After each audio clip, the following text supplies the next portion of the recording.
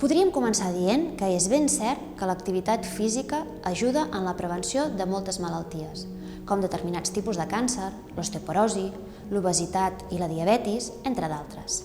Però a més, també ens ajuda en altres aspectes vitals que no tenim tan presents, com pot ser el descans nocturn. De manera general, es recomana que la població adulta d'entre 18 i 65 anys hauria de dormir entre 7 i 9 hores al dia i els majors de 65 entre 7 i 8 hores.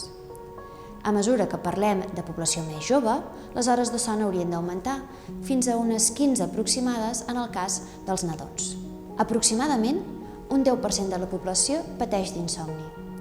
La interrupció del son pot arribar a afectar la condició física i psicològica, disminuir el rendiment acadèmic o laboral i ser font d'altres patologies que poden afectar el sistema musculoesquelètic, el metabòlic, el sistema endocrí i també l'immunològic, ja que és precisament durant la fase REM quan es produeix gran part de la regeneració tissular i la relaxació del sistema nerviós. Si bé aquest descans nocturn es troba influït per factors ambientals, com el lumínic, l'auditiu o el tèrmic, i d'altres relacionats amb l'estil de vida, com els horaris laborals, les rutines nocturnes i l'alimentació, l'activitat física també hi influeix directament.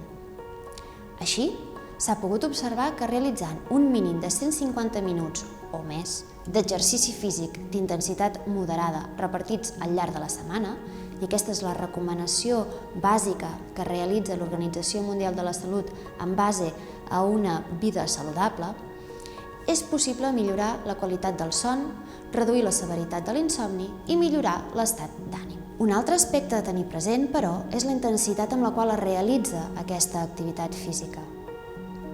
Es coneixen abastament els efectes antiinflamatoris de l'exercici físic regular.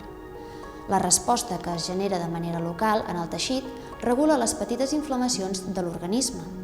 O dit d'una altra manera, està demostrat que els individus inactius tenen una resposta inflamatòria de pitjor qualitat i inadequada. Ara bé, cal tenir molt en compte que l'exercici físic d'alta intensitat pot influir sobre el sistema immunològic i la inflamació, de manera negativa també.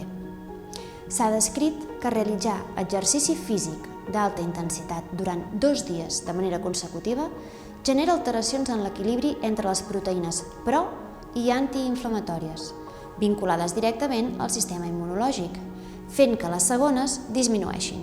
Així, és important que quan s'enllacin 2 dies d'entrenament d'alta intensitat de manera consecutiva, ja sigui de tipus córrer, ciclisme o un entrenament de tipus intervàl·lic, s'intercali com a mínim un dia de descans intermig o bé una sessió d'entrenament d'intensitat suau, per tal de retornar aquestes proteïnes al seu nivell basal.